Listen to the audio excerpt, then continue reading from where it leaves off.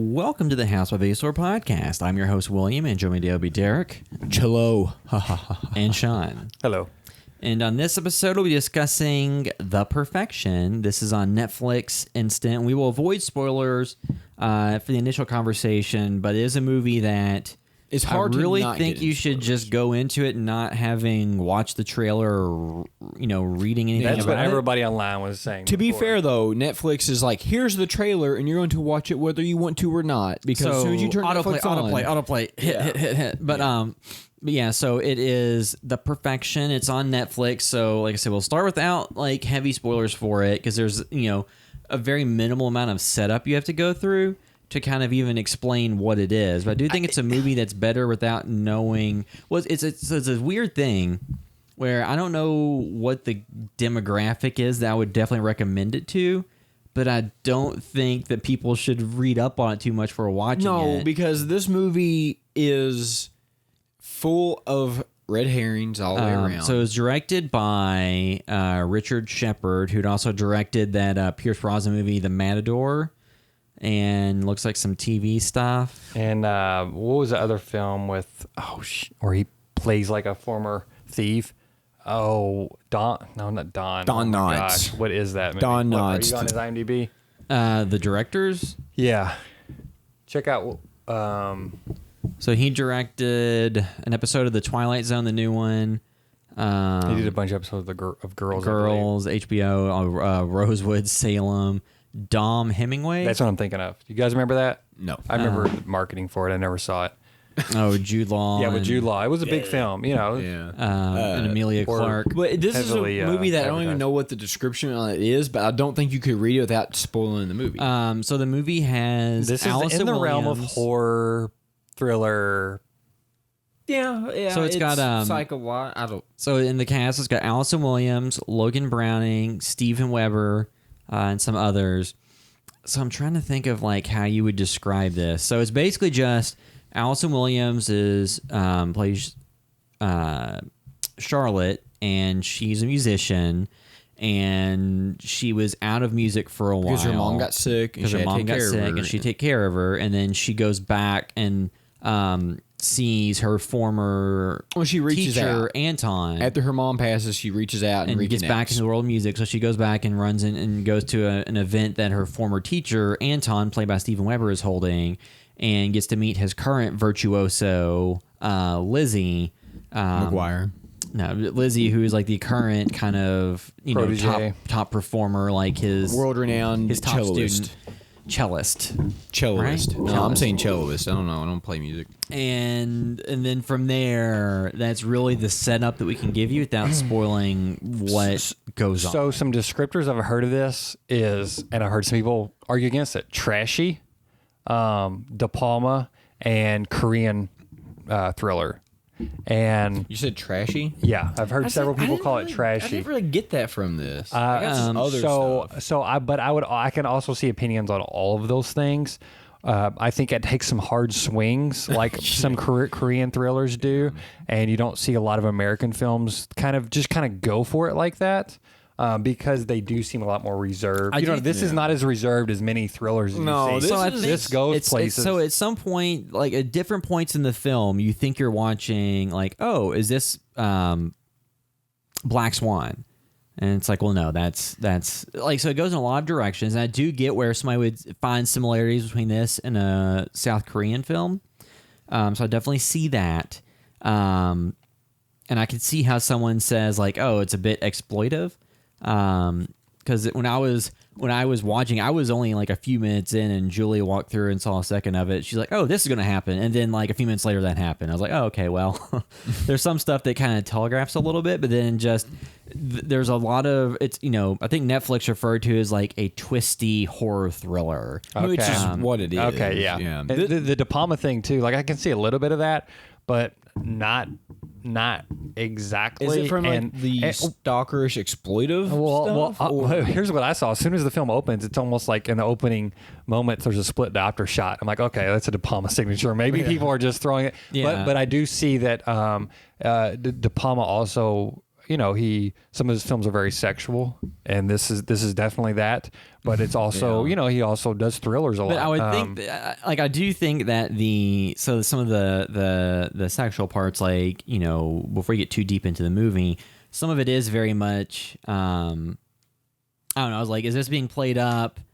Like, is legit character development, or is this just to keep people interested? Well, I'll say at least on the sex part, it's all plot related. It's all plot related, but none of it's gratuitous or exploitative, because I don't think you actually see any actual nudity. They are naked, but you don't see anything. But it's one of those things where they at different points in these different films, like they'll have.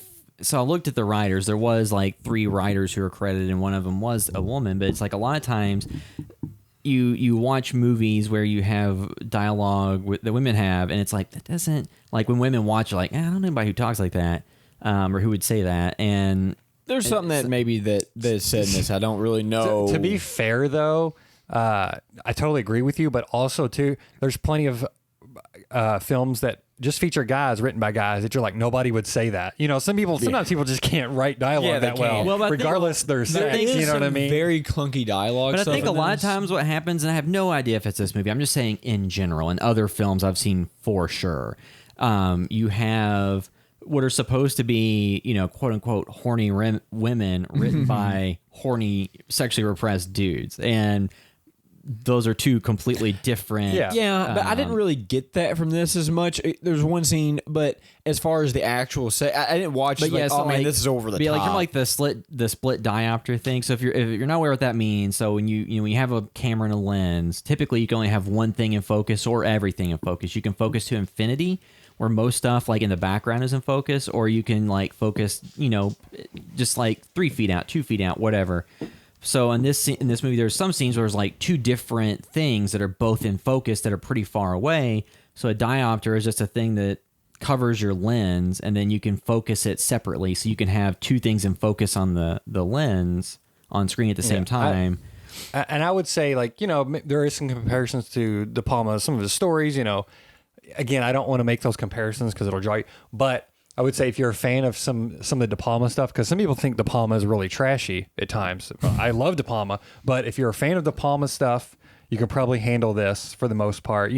Korean thrillers, like if you like De Palma and Korean thrillers, give this a shot. I would say for sure. It is funny you say this though, because the way that the movie goes, it doesn't feel extremely Americanized, because because a lot of times, like, it does not fit in a normal box. Because they go in different directions, and you said they swing really hard in them, and you don't really know what this movie is. So you almost have it's kind of fun because it's almost like watching an anthology film, but one story. Yeah, but it's one story. Because you get different moods.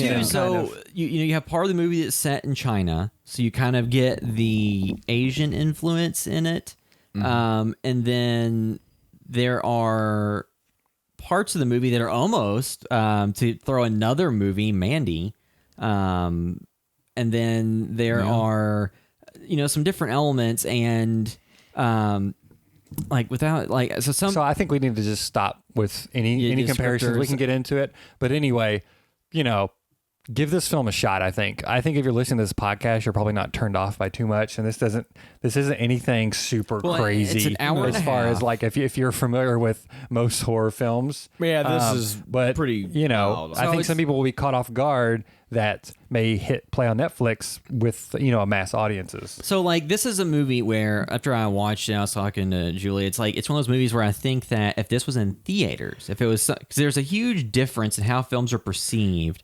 If you watch it on a streaming service that's part of something you're already paying for, so it seems as if you're getting it for free, there's a huge difference between that and going to the theater and paying. And a lot of times these kind of genre movies that can be twisty or, seem to be one thing and then are another, those really can polarize audiences and really get a bad rap and get a really bad reputation because people go in, like just to take a movie from a few years ago, Cabin in the Woods. People saw the trailers for that, and they wanted to go see a Friday the 13th, esque movie in the woods with college kids going to a cabin in the woods, getting killed by something undead, which happened. And so they went in wanting that, and the movie gave that, but subverted it and gave you something completely different in the end. And people got really pissed because they went in wanting a cheeseburger. and they got something else. They went and went to like a crappy cheeseburger, but they got a pretty decent meal, and they're like, oh no, I wanted the crap. And Or they went in wanting. maybe other people feel different. I really like Kevin. But I'm just saying. Wood, So a lot of times, I think what happens with movies, or they go in expecting to get a nice steak dinner, and they got a trash bag of mashed potatoes, and they weren't very. Well, no, you go in wanting a nice steak dinner, but you get pizza, and it's like, so even though what you got was okay, it wasn't what you expected. Yeah. So I think a lot of times those types of movies tend to really polarize people and really upset them, and even in the case of Drive, inspire a lawsuit. So. So I think that putting it on a streaming service but allows movies like this to actually come out and not have that backlash immediately. Yeah, and I think too, I mean, they that's probably why a studio didn't, I don't know if they pitched this to the studio, or they may have known, like, hey, this isn't going to be something that would be a big box office film. Like, they may have been like rejected by studios and known where this fit. Like, we have different markets now. You know what I mean? There are vastly different markets. And I think I heard Netflix didn't produce this from the start. They maybe bought it. Yeah, because Miramax or at a festival or something. But and I could definitely see too, like, if somebody watches like this and Velvet Buzzsaw and Open House and a few other things, they could then just be, if it's not their brand, they could, like, because Open House was a movie that was very frustrating to watch and has generally low scores and audience scores and reviews from critics and everything everywhere. But I could see certain people at a certain point, because I have seen some people say, all Netflix horror is trash. I'm only watching stuff that gets on the service that comes from other places, because any of their originals are just garbage. And I think they are getting some of a reputation for, like, Velvet Buzzsaw was not a mainstream movie. It wasn't a movie that's going to satisfy your average audience goer. And I think this fits in that category too. Which honestly though, I think which is cool. You know what I mean? Like, give me something different. I don't want the same thing. Like, I don't. If I want to see Annabelle, I'll go to the theater and see Annabelle. But at least there's a space for this type of weird film. But, like, would you?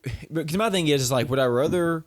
Not that I completely love this movie, because when we get into spoilers, I'm gonna fart all over it. But like, when you watch this, it's like, as much as there's stuff I didn't like about it, I still enjoyed this better than something like, for instance, like the new Child Play. I haven't watched it, or I don't have any issue with it at all. But the trailer actually shows the Chucky, and it looks weird. But then you get something like that, and it's like, yeah, okay, it's just a slight twist on the stuff you've seen before, basically. But this is something that I went in, I knew, the only thing I knew about was what the Netflix trailer made me watch, in like the Clockwork Orange style, where they open my, you know what I'm saying? You're not even trying to watch it, and you turn it on, and you already, I don't like that. And I know they do that to get people into it, but again, it's kind of like, Edgar Wright said it spoils the twist of the world's end. The world's end. Yeah, that trailer spoils the twist in the film. And it's like, why do you do anyway?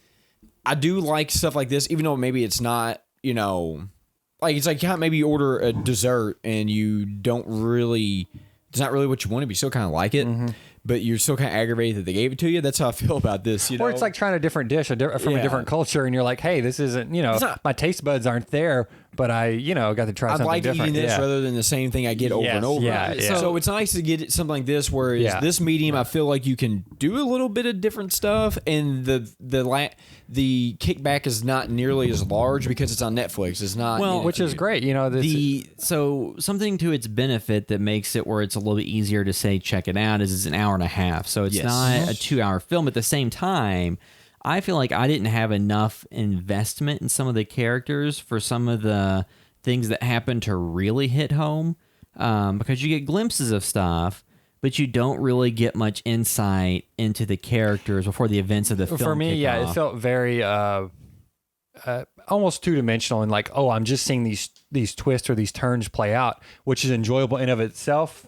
As far as the characters go, they feel like they are there to service the plot, the plot of what's happening. And it's one of those things where, like, if you had gotten actors or actresses that didn't have any, name brand recognition, or like Allison Williams has been in a bunch of stuff, but like if you had people and the other girl too, she's been in, was it Dear White People? Yeah, and then there's some stuff too. I think that she was in like the earlier two. But I recognize. But if you went with actresses that weren't attractive and that weren't appealing and just blah, then the movie completely falls apart, because you you only care about some of this stuff because, like, I don't know, we'll have to save it. That's how movies work, though. You know what I mean? That's how movies work. What you're saying is because again, people stepping into John Wick, like we're talking about. You know, if you I'm saying, like, so a movie that people may have thought this was. So it's about music, and like the poster images shows like a cello or whatever in it. People may have thought, like, oh, is this a musical version of Black Swan? So instead of being like a ballet performer, it's just music. Yeah. With that movie, though, you actually dug into those, you at least dug into Natalie Portman's character and you really understood and you got that perspective and you got to see some other people in her life. And then that sold the movie and made it easy to watch and get into. As opposed to this one, you don't really get like a high level stuff. And you're like, oh, because of this, I'm supposed to sympathize and care about this character. Like, but then you get a bunch of twists and reversals. There's another film some people compare this to a little bit, but I'm not even going to compare it to it. But that film is like 2.5 hours long. You know what I mean? And it does fill in all those gaps. But and the twists come, there's twists, but they're not as every so often to where you aren't. That's what you're waiting for. But see, like I can't remember if we talked about this before or after, but this is or before or during.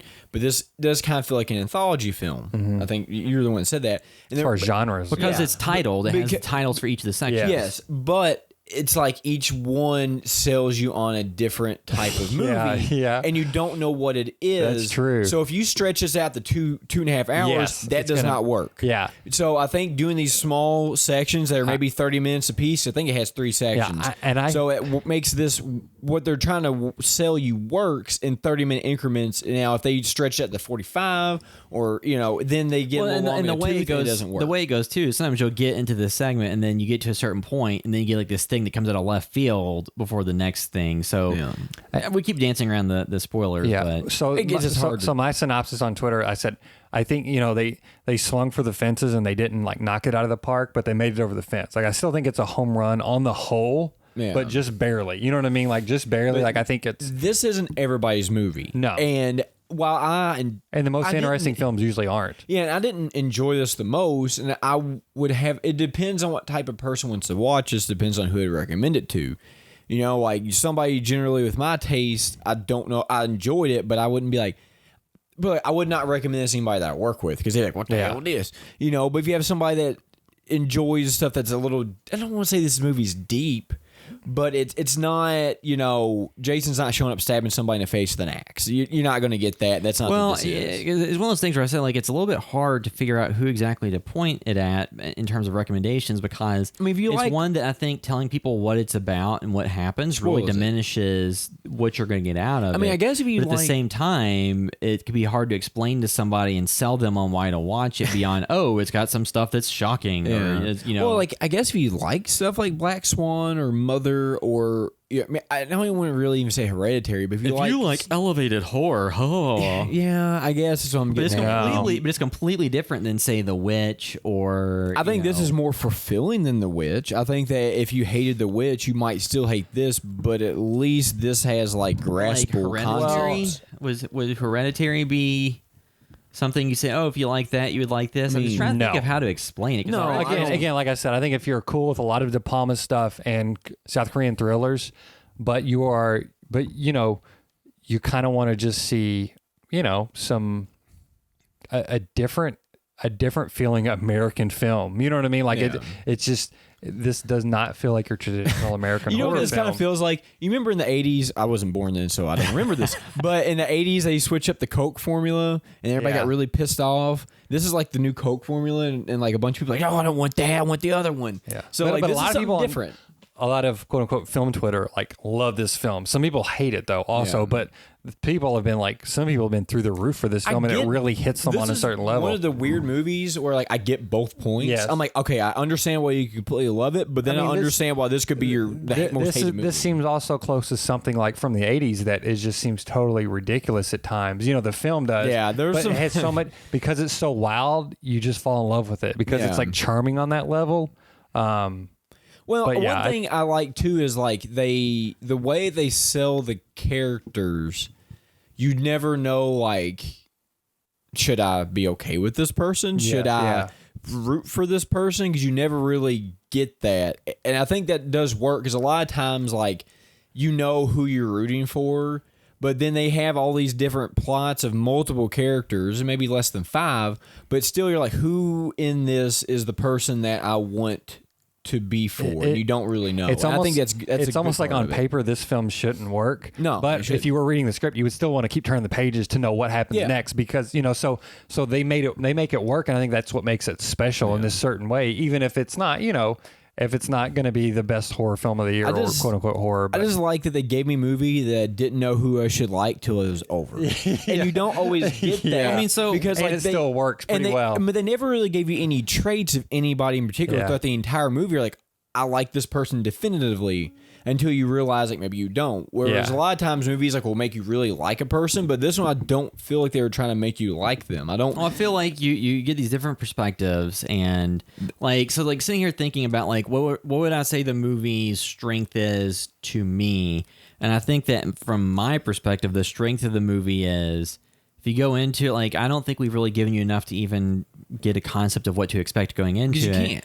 But I think that you go into it, just the twisty nature of it, of figuring out what's going on, is its strongest element. Mm-hmm. Yeah, it's fun. Because the performances in it are fine. And like once you sit down and you have all the information to go back and like in a linear fashion lay out what exactly happened, it's not as satisfying as having it unfold in these different ways in front of you. It's kind of a double-edged sword, because if somebody if it doesn't sell to people, like if the different vignettes you're getting and the different slices of what you're seeing happening don't bring you in, then it obviously is not going to work for you. I mean, and there's a little bit of gore stuff in it that it's kind of like, ugh. But there's also some CG, so a lot of CG. I would kind of compare this in a little bit of what I said, where you don't know who to like, kind of like with Suspiria, the remake, because like in that one, you don't really know who you should like or not, and there's all these different threads that go on throughout the entire movie, and not to the very end does it kind of go together. So I could see if somebody likes Suspiria, the remake, that you might like this too. They're still so wildly different. So but it's one of those things where it's like you don't know. So this movie's not operating on a metaphorical level or symbolic. So I think let's go. You want to give any ratings and then go into spoilers? It's hard to rate this one. This might be one of the harder ones I've had to rate. So I think that like, I don't know, because I said like to me, there's a lot of people wouldn't recommend to watch this, just knowing what their taste in movies are. Talking about your own rating though. But my own rating, like I came out of it like, man, a lot of stuff happened, but I don't know that it really drew me in and made me care in a major way, because like I don't know, I get like a 6. Like it's well executed, and it's the performances are all solid. It's just the story and the characters didn't draw me in where I really cared about what was happening beyond. Because I don't want to go. It's hard to without spoiling it. But there's some stuff where it's like, oh, this automatically doesn't make me root for this person or feel invested just because they've been threatened or experienced a trauma or something like that. Doesn't make me inherently care about them if there's nothing we're really learning about them beyond that. And there's like some flashback stuff that to me sometimes can feel a little bit cheesy if you keep leaning on that to sell stuff. But yeah, so I give like a 6, like well executed and something that definitely could be up a lot of people's alleys. It's somewhat difficult to kind of recommend it to people because you can't really describe much about it beyond just saying like don't read anything on it, don't watch the full trailer, just go in and watch it. And they're like, what's it about? It's like, well, if I tell you, then you're starting to figure it out. So like that's a problem of marketing and stuff, because even things that we've thought about making, it's like, well, how would you convey this to people and make them want to see it without spoiling elements of what would make it work? Yeah, and like where I'm at with this one, it's really because I don't really know how I feel about it. I almost feel like I need to watch it again, but I don't know if I want to. It's just a short watch, just an hour and a half. But it's one of those movies like you watch it and it's over with, and you're like, okay, because you're not really for sure what the movie actually is. Like you find out what it's not at certain points. Like, okay, this is not this, and it is not this, and then you don't really know what it is to the end. But even then, you're like, I still don't really know what it is. So I'm probably with you. I'm like a 6 or a 7. Like I'm doing a 6.5. I don't, it's kind of a hard movie for me to judge because it's like I liked parts of it and it was intriguing, and I think that it did a lot of stuff that kept you interested in it. And like I did like that you found out what it wasn't, but it took to the very end, which is a lot of movies do that. But I don't know. It's still like we'll get into spoilers, but 6.5. Another film that I was thinking about earlier that it kind of reminds me of, and as far as American films go, is Piercing, which came out last year. It's by the guy who directed, let's see here, The Eyes of My Mother, which I liked a whole lot. And then he's also doing the Grudge remake. But yeah, Piercing is another film where you kind of don't know, you're kind of in the dark going in what's happening. And then, some things start to develop and you still don't know motives of people or direction. And then you do. And then, you're kind of in the dark, and the fun is to see how things unfold. That is more measured than the hard turns this one takes. Again, for me though, even if I think some of it is a little cheesy at times and maybe somewhat goofy, that I don't think that's always a bad quality necessarily. Depending on the tone of the film, and this film kind of works with it. Some of it is a little goofy. I'm like, some of the action sequences look just cheesy and bad, almost. They just look like made for TV as hell. Some of it just looks so low rent at times, or it's sort of the staging of it. Yeah. Not really the visual quality. But I can let a lot of that pass. Like for me, I'd probably give an 8 out of 10, only because, at the end of the year, this is probably going to be a film that sticks in my mind versus a lot of the other like Pet Cemetery, or you know what I mean. Like it's like at least it did something to me. Yeah. And so that's a lot considering how many films come out. How many films just hit streaming services for free.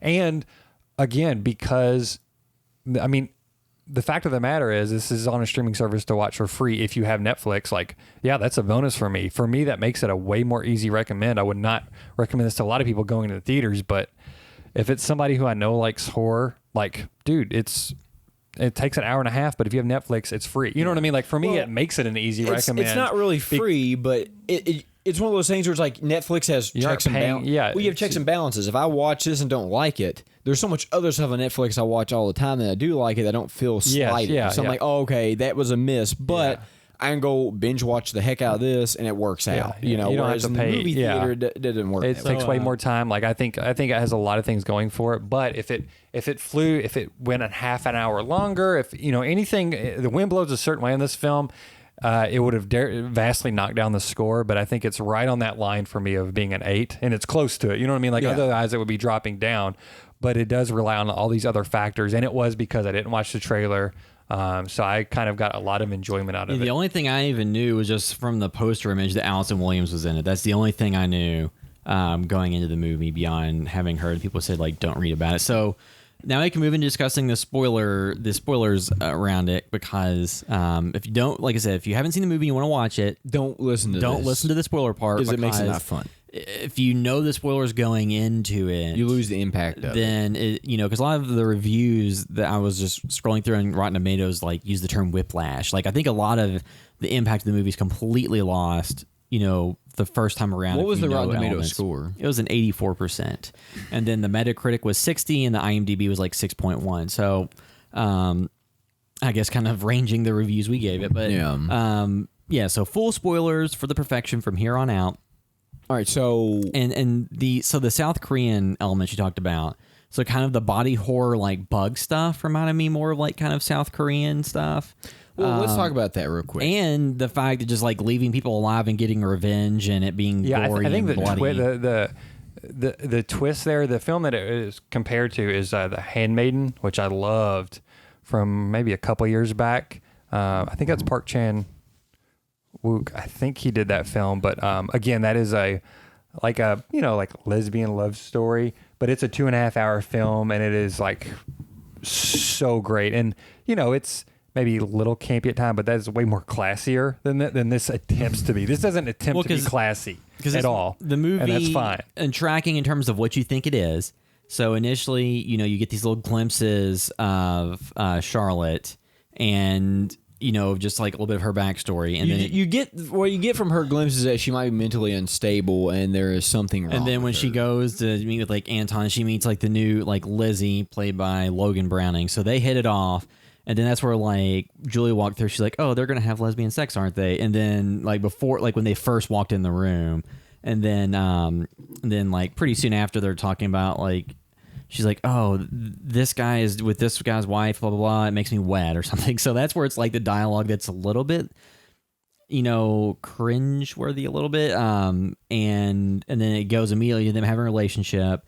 And then Lizzie starts getting sick. I think it's an intent to be like this campy. Again, that's the trashy part. Yeah. When people are like, oh, it's not trashy. It's like, I feel like that's the trashy part to me. And I think that's fine if that's what they're going for. You know what I mean? Like, so then she... they're not going for realism. When they're on a bus trip, Lizzie starts like getting sick, and then she sees bugs in it. Now, you skipped a part out. While they're at the music, they're at this festival, they're at some type of show, and they're judging who gets to be at the school that they were both a part of. You see a tattoo on... but those are small details. But those much are later important because the biggest part of the bug stuff is that there's a guy that pukes, and then somebody's like, oh, that's some type of disease that's kind of Ebola-esque that's spreading from the south, and they didn't know what it was. So that sets in the kind of like in your back of your mind, that's important because he peeks up this yellow stuff, and he's got a nosebleed. So the next day, Lizzie... When Lizzie wakes up, she's got a bad headache. She doesn't feel good. So that sets up the important that scene of the sickness you see sets up why that's even effective. Because without that scene, then what goes on next doesn't matter. So like a lot of small details. So the initial thing is like she starts puking and you see bugs in it. No. So every single time she pukes, you don't see it, but she's on the bus, and then she pukes, and then because they have she's sick, so she gives her Advil, and they go out to get food, and it's this really disgusting looking food. She's got a really bad headache. She's super thirsty. So she does puke, and then they see bugs in it. And then they, there's a language barrier. She can't speak, for whatever reason. She's super... Again, that's almost like that's fun because this is a different genre of like, what would happen if you got really sick in a foreign country? And you know what I mean? Like, and the person that speaks the language is too sick to communicate. So then there's the guy on the bus that helps, but the main point, without discussing every single plot detail, you left Derek. out. You left out like the entire reason why the sickness works is because they saw the guy and it set in that little bit of insecurity there. Well, I was going just chronologically before explaining all the twists because it's not important until later. So she gets sick on the bus, and then she starts seeing the bugs on her hands. The bus driver kicks him off because she's getting sick and like pooping herself and stuff. So they make him get off the bus, and then Lizzie starts seeing bugs crawl out of a wound on her arm, and then Charlotte pulls out a butcher knife and hands it to her. So that's the point. You're like, well, that was something definitely happened here because why would she possibly have that? And then at first you're thinking it's like this disease contagion virus story. Because even in the beginning, when it says perfection, they do a little thing with the E. And I saw that, and it's like, that to me seems like infection. So you think that, and then you get the reverse of it, like where Lizzie was with Anton and his wife, and she's talking about how they haven't found Charlotte, and like, why would she do this? And she cut off her own hand, and it was because she got drugged with psychiatric drugs that Charlotte had been feeding her. And you see that, like, because it does like a rewind where it shows you what really happened. So she saw the person get sick and then uses that as a jumping off point to convince her that she has sickness. And then she's like, oh, there's bugs. And then she sees the bugs because she gave her a bunch of drugs that can cause hallucinations. And she gave her alcohol, which worsens the side effects. And then she convinced her that she was seeing bugs and they're crawling out of her arm, and then gave her the butcher knife so she could cut off her own hand. And because all the way that happened, she wasn't responsible for it because the girl took the drugs herself and cut off her own hand.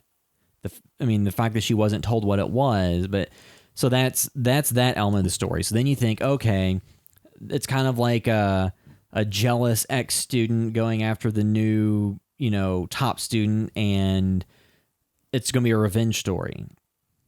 Because then you see where she goes and finds Charlotte at her house. Just living normal. Yeah. And attacks her and then shows up to her former teacher with her after in the they've trunk. kicked her out. They when she goes up there for help because she lost her hand, it shows like their true colors of we You don't really can't want play anymore, so you we can't don't play need you. anymore. You don't really benefit us, so we'll put you over here and pay for you forever.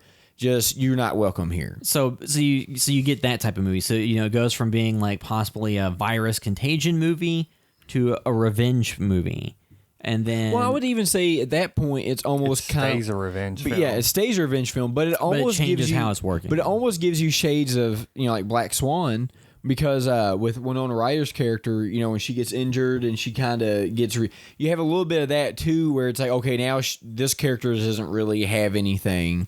But it's like you get like those shades of it, and there's a little bit of body horror element because like her arm or her hand got cut off, so she and now plus you had has- the bug stuff, So you have like those two elements, but then you get where Charlotte is taken back to Anton's house and she's forced to play for everyone, and it looks like they're going to sexually assault her. Well, 'Cause actually, you get more of the backstory about the perfectionist. You have to play music perfectly because it brings you closer to God, and then if you make a single mistake, then Anton then rapes the person playing to punish them. yes, and Charlotte. Which again, that feels like a more trashy element with the way Yeah. it's handled in this. It's like I think they could have leaned into like the cult-ish element of it, being like, hey, this is the again the perfection and kind of the maybe the way some people handle some arts. You know what I mean? Like And- playing music and stuff. How the pressure's put on them. They could have handled that without the rape part. So the rape part again, that feels but that also as we know with.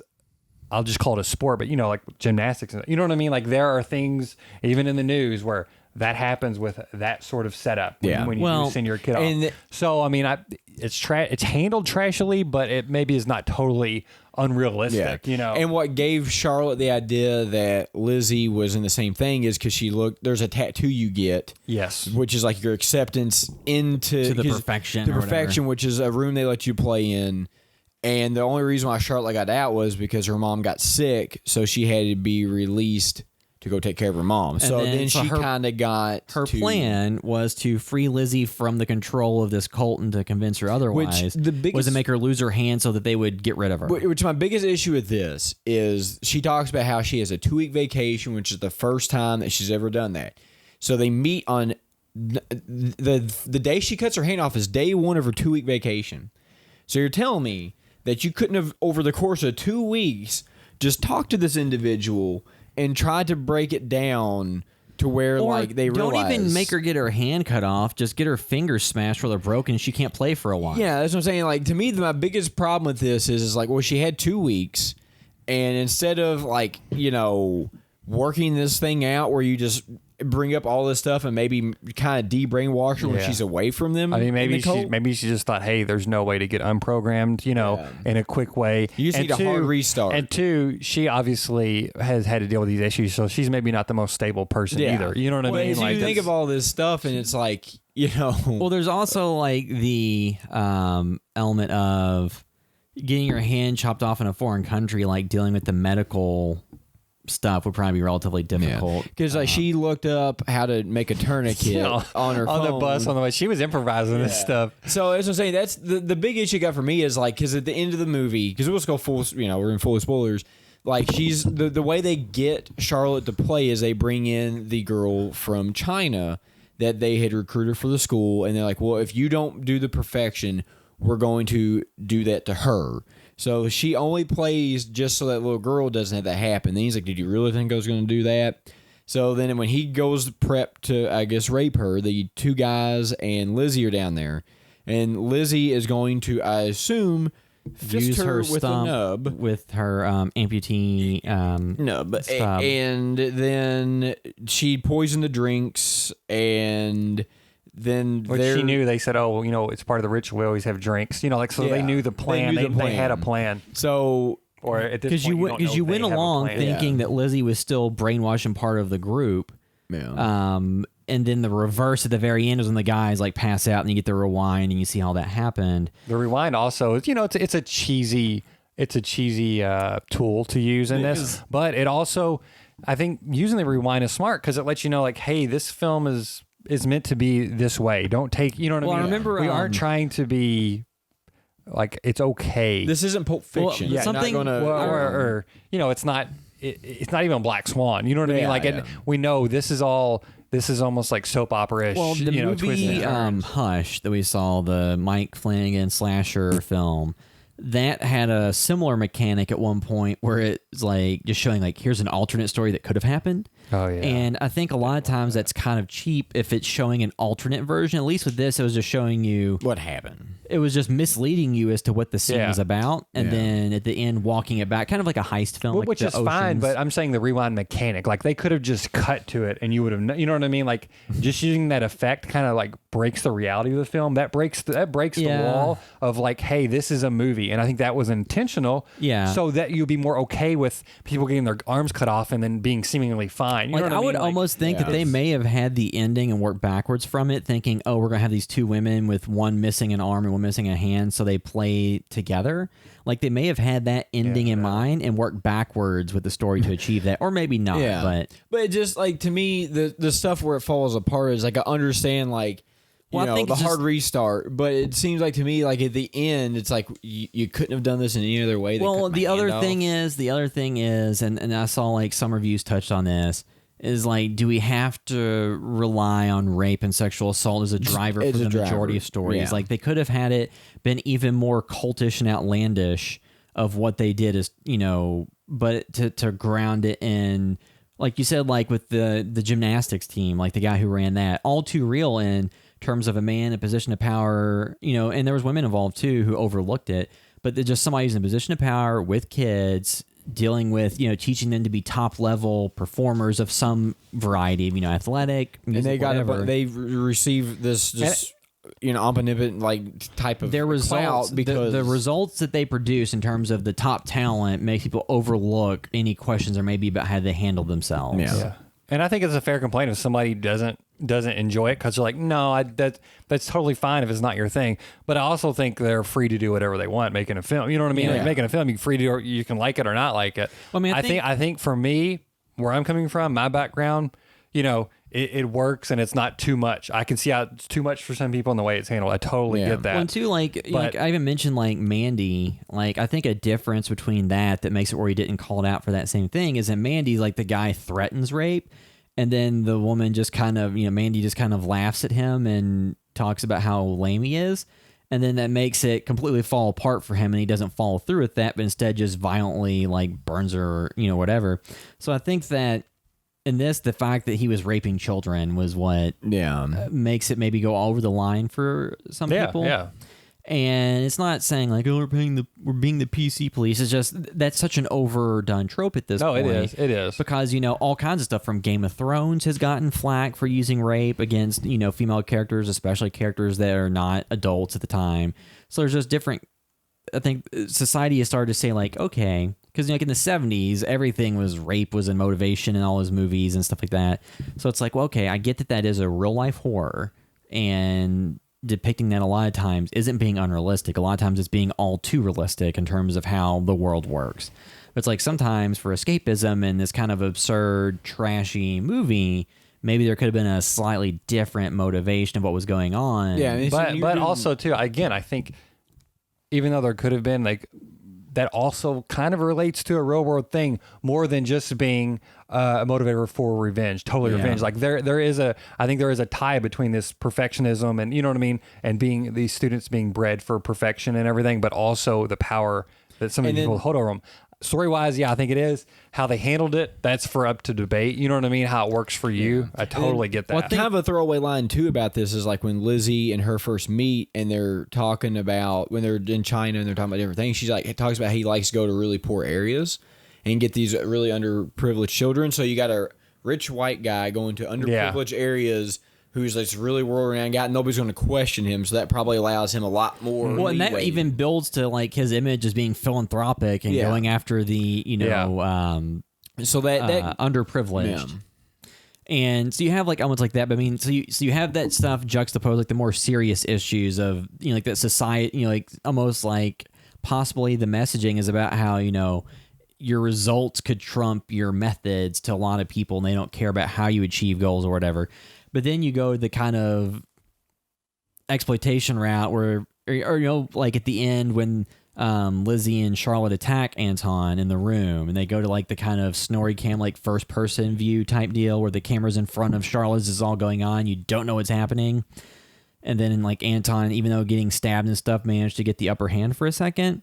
And then he stabs Charlotte in her arm and rips down, and it's CG, but it still looks gruesome. And it was like, oh. So she gets her arm shredded from the inside, and then they eventually knock him out.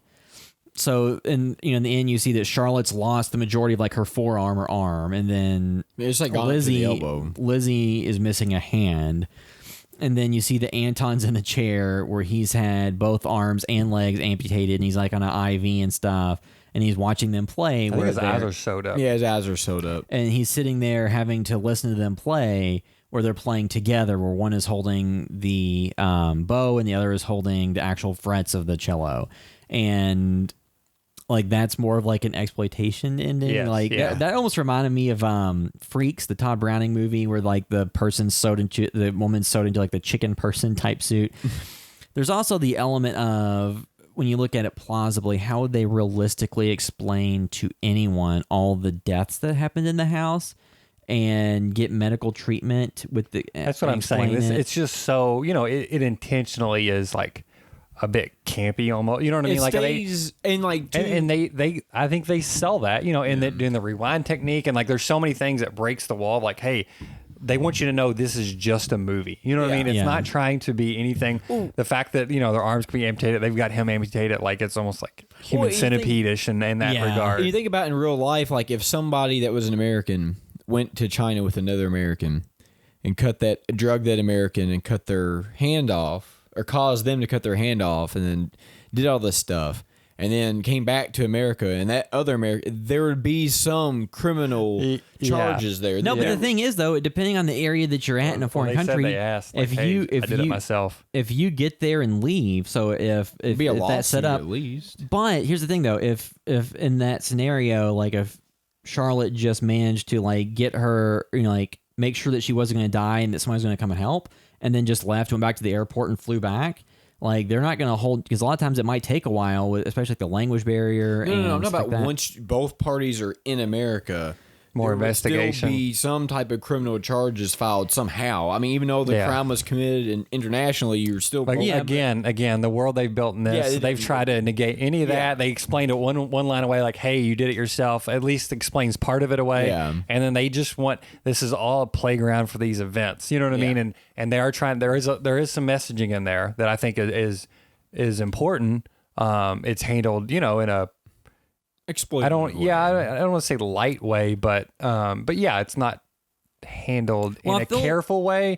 But the goal of this film is also to have some fun and to shock and to to give the audience some twists. It feels like it's like a weird balance, because something like Black Swan didn't deal with like the sexual assault side of stuff to the same extent, but like it did. It just felt. To this film's credit, they don't show any of that. They don't show it, but I mean, they show Anton walking around, blurred out in the background, naked, which is nothing worse than what we saw in Mandy. I mean, it's similar. It's less, but I mean, I think that just where was I going with that? Just like the movie being kind of this crass, over the top, CGI bloody battle at the end, juxtaposed against like the more serious messaging. It feels like if it was a movie where things were handled a little bit more classily in terms of some of those like the body horror stuff and things. I don't know. It's just a weird juxtaposition of having like some possible messaging and serious real world concerns and issues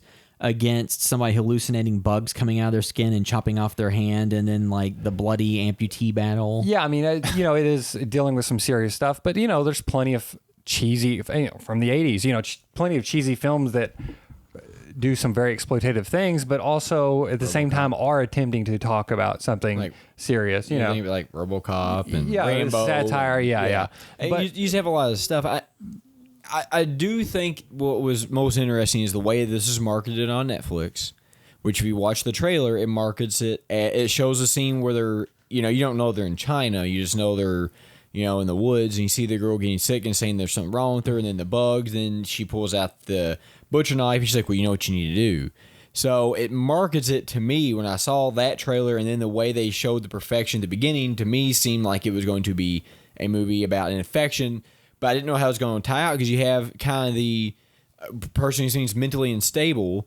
So how is this going to work? Because I think that was the interesting part, to see it all kind of smooth itself. I'm like, oh, okay, this is what it is. Because it did sell you as, one, you have somebody who seems to be mentally unstable, given what was shown through the trailer and to that point, plus a disease.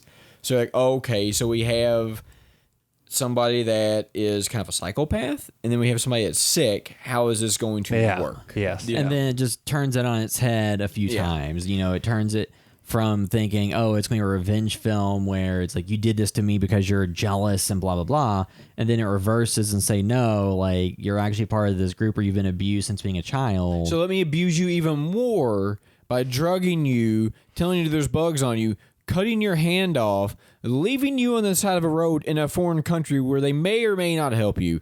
And then I'm going to fly back and just live in my home and just chop up some tomatoes. And, it's like, that's where the movie just gets so outlandish. Yeah, again, it feels like it's from the 80s. When we watch it now, like 30 years later, you're thinking like, you watch something that is like lower budget and you're like, oh, you laugh at that stuff. You're like, it's just a movie. Like, they're just doing these. And that's how this feels too. Like, you got to know it's kind of like they're trying to let you know this is just a movie. Yeah, it's kind of like Velvet Buzzsaw. Yeah. Or the scene in Get Out where Allison Williams' character is eating Fruit Loops and listening to music, like, after having done something. So you kind of get like, after upending this person of color's life, you just leave and go on with your normal life. It was not just that she was eating Fruit Loops. It was how she was eating them, because it was like one at a time or something. It was something real crazy. But just, that was just like where somebody pointed out, like, the similarities between Get Out and this movie in terms of very, like, basic surface level stuff. Now that I've got the same comparison, if it wasn't the same actors, doubtful. Yeah, but I think probably not. But actor, so like, the movie touches on some different elements, and I think just the movie's value is in the shock factor of not what happens on screen, but just how you get it reframed a few times as to what's actually happening. And that's where I think that repeat viewings might not hold up, because that first initial watch, you can't get that back. Like, if somebody sit there and told you what it was about before you watched it, I think it's a completely different experience than watching it fresh. Yeah. Well, also too, I think it should be noted, Allison Williams' performance in this is her, especially because she is a lot of times, she's almost always being deceitful to somebody. Yeah. And it's actually, it's debated on whether this is the right method, but it's usually for the greater good. You know what I mean? Like, she is being deceitful. So if you watch it the second time, I think, it'd be interesting to watch her performance. And especially when you rewind, you can kind of, you kind of get to see a little bit of her playing a role. Yeah. And then at the end, she's also still playing a role because she knows she has a double cross coming when she's tied up. There's interesting parts, because like when you're first watching the bug stuff and she pulls, it's like, that moment, like, oh, this is weird. But when you listen to the other actors, like Lizzie, she seems like genuinely like creeped out and like freaking out, whereas Charlotte's like, oh, there's bugs on your arm. And it kind of comes off like that. But then when it rewinds, like, oh, okay, because she's acting, but she acted. Yeah, which is a very cool role for an actor to be able to play. Like, again, and Get Out, she's always playing this dual role and dual identity that you don't really know until later in the film, and it's so fascinating to watch on rewatches. Well, and this lets you rewatch it kind of, with the rewind. William I looked at a review he's reading, and you think about this too, like on the girl for Lizzie. It'd be hard to be grateful for somebody who made you pee and poop yourself and puke yourself on a bus full of people. You have to get a bus crap on the side of the road, and then in front of a bunch of people in a foreign country, and then you get your hand cut off. And then you're like, hey, you know what? All that stuff in China, I ain't worried about it. How does all that, this is to be said for the character, how does all that compare to the abuse she's had to, you know what I mean? Like, that is what I'm saying. Yeah, but like, is that, but it's like, I don't know about the hand trauma, reading, but is everything else small fries? But like, looking through the IMDb reviews, there's a lot of 1 out of 10s and 2 out of 10. So I definitely see how there's going to be a lot of people that come out of this. Oh, yeah. Because I think there's a huge... there's a big disconnect, I think, between like quote unquote film Twitter and the average moviegoer. Because a lot of times there's stuff that film critics have gone crazy for at festivals or conventions or just screenings, and then I watch it and it's like I get like what you were reacting to, but I don't get how this gets so much praise. I think a lot of times movies get praised by critics who don't have preconceived notions about what everything should be. And then you get the general audience that goes into it, and they wanted this to be a black swan. They wanted it to be. They wanted it to fit into the mold of something they were already aware of. The way Netflix sold this to me was Eli Roth, Cabin Fever. When I saw the puking and the bugs and if you like Eli Roth, Cabin Fever, you're probably gonna like this to some degree. That's what when I saw that. That's the first thing that came to my mind was campy. Disease Woods, like that's because it wasn't you didn't know it was in China through the trailer, but when I watched it, it's like, oh, okay, this is going to be a body horror on the same type of level as Cabin Fever, but with somebody that's crazy. So maybe that will factor into. Or I thought somehow like she had the disease because it was called the Perfection. So like maybe she's the one that's the carrier and was then getting all these other people sick and.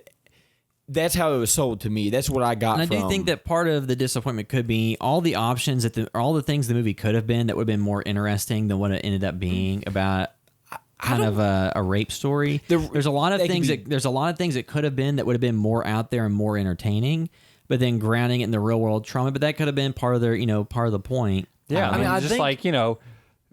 mean, it is.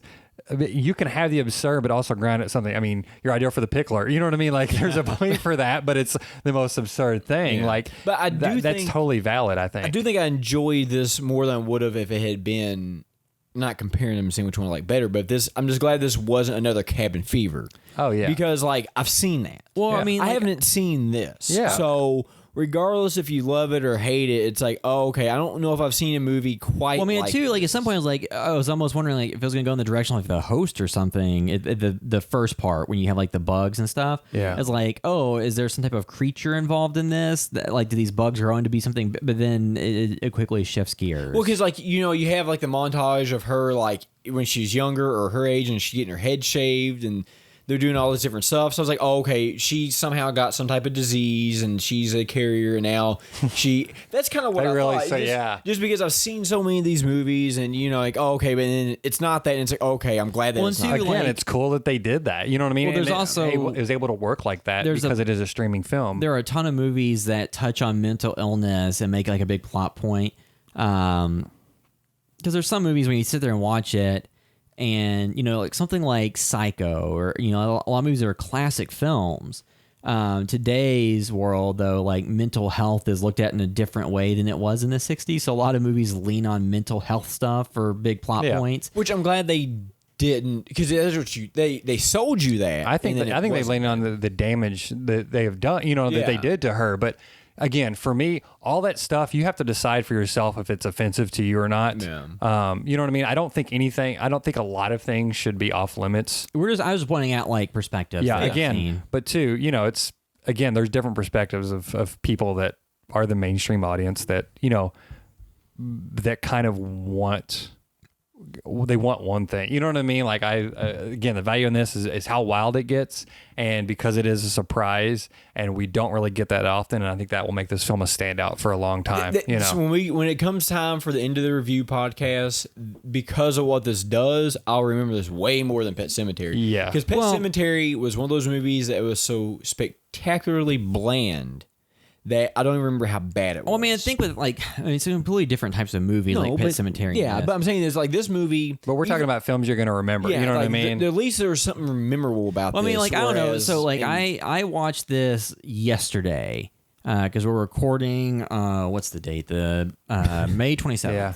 Monday, May 27th, Memorial Day. And I'm still, like, this morning, I was thinking more about John Wick Chapter 3. Well, it is a more enjoyable movie, I think, for most people. But yes, I mean, like, its value is in that it delivers something so not what you would expect. But I think at the end, when you have two women missing limbs playing for Nub Man, like, that is something that's almost like which I saw that coming. As soon as her arm got stabbed, I thought, oh, they're both going to be playing each other, because it was the opposite arm. I knew immediately. Tusk. You had the movie like this, that kind of reminded me of Tusk, because I don't remember anything else about that movie except for the very last scene with the creature thing living in the and like and this movie is similar to that. Like, I'll remember a lot of the other stuff, but at the end of the year when we start talking about stuff, I'm like, oh yeah, because you had the two women playing the cello together for Nub Guy. And maybe we won't, but I seem, I appreciate this film even for all its faults way more than 70% of the stuff,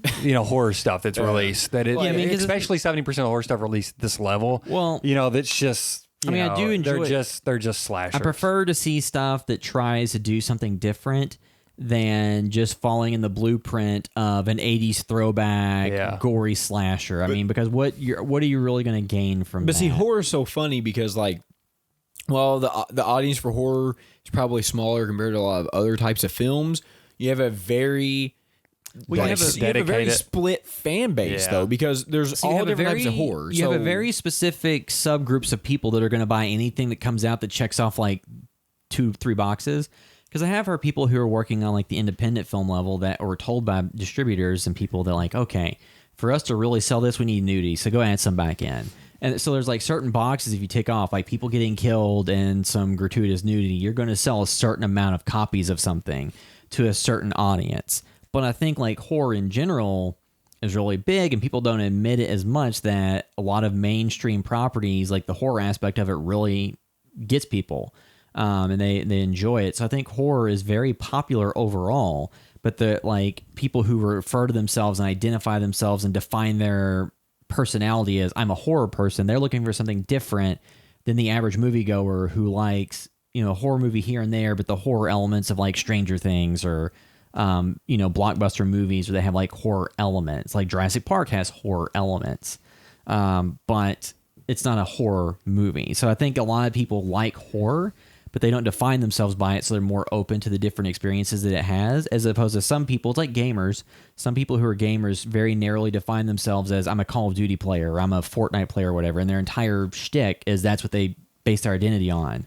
So anything that purports to be that but doesn't fulfill what they want out of it, it's a big slap in the face, and they get really upset. Like with Star Wars, a lot of people define themselves as Star Wars fans, and then when The Last Jedi doesn't deliver exactly what they want out of it, it's a huge affront to them, far bigger than if they simply didn't like a movie. Then they want to get money raised to make their own Game of Thrones. Game of Thrones. People were petitioning to have Game of Thrones season 8 reshot. Look, nothing is ever going to top the Star Wars fans that want to like get their own money and reshoot the movie or whatever they want. I would have loved to see it. And it's like I would have just loved to. And then like everybody comes back. Yeah, like Mark Hamill's in it. Like he's gonna come back, and no, they're not gonna come back and do your movie. But in this world though, and especially in the time and age we live in now, like you talking about Game of Thrones, like people were so unhappy about that they wanted to, and we talked about this pre-podcast, like Robert Pattinson being announced as Batman. Like it's okay if you don't like something, you give it a shot, you might like it and you might not, and if you hate it, just hate it. I saw some film critic that got added to a Twitter group that was called the Snyder Cut, and it's about the Zack Snyder diehard fans. They're adamant that Zack Snyder's vision for Justice League was subverted and destroyed by Joss Whedon, and that there's a version of Justice League that exists that is the Zack Snyder Cut, which is his vision for his artistic vision, which is a masterpiece that got mangled and put in theaters. And they viciously go after anybody that doesn't view it their worldview. And there's like some critic that they just randomly brought into a group, and then they started trying to hack into his account because it was his like email, his personal email address was what the account is set up under. So they're trying to hack into it. So there's just all this weird fandom. I really wish there was the Zack Snyder Cut and just Rambo but Batman, and he just in the back of a Jeep with a 50 cal shooting them. Like somebody said, go ahead and just whatever was last save on the Avid, just hit export, because we'll have sound effects and we'll have anything like, because he had to step down before they were even finished shooting the film. Me and William may or may not have watched a unfinished copy of X-Men Wolverine, X-Men Origins Wolverine, and there were some scenes in that unfinished animatics. Yeah, and there was like no scene, no sound or anything. So I really hope that's the Snyder Cut. It would be less than that. I'm sure it'd be less than that. Because like Wolverine gets thrown like on a logging truck or something, and it was like a wireframe animatic. No. He was on a motorcycle. He was fighting Sabretooth and got thrown on top of some part of that. The Sabretooth fight was still a lot of animatics. Yeah. And it was just like very bad. But some of the effects didn't get better from the version to the final. But anyway, we got in this weird subplot about Zack Snyder. My point was just like a lot of people define horror very, very narrowly. Yeah. Well, like if you love Night of the Creeps and that's your favorite horror movie, I could see you probably hating this because while they're both in the horror genre, they're vastly different movies, and horror is just a weird thing, because like you could really define anything. It's like Black Swan. Is that really horror? I don't know. If you love movies that have twists, you're gonna like this. Yeah, probably. So I guess we can wrap up our discussion of The Perfectionist, the Netflix original film. So is it The Perfection or The Perfectionist? Or Perfection. I'm sorry, I'm not a perfectionist. Clearly, we don't achieve perfection on our podcast when it comes to facts. But yeah, so. If you're enjoying the podcast, do us a huge favor, leave a review. If it's via iTunes or whatever podcast app you're listening to the podcast via, or on YouTube, we enjoy seeing comments there. You can find all the stuff we're doing at housebyvideostore.com. Find links to all of our social media accounts, to Facebook, Instagram, YouTube, Twitter, all that good stuff. And if you want to find us specifically on the internet, you can find me on Instagram at @TheWilliamCaps. You can find me on Instagram at CapsDerek. And I'm on Twitter at BlevinSean. Thanks for listening to the House by Video Store podcast. We're out.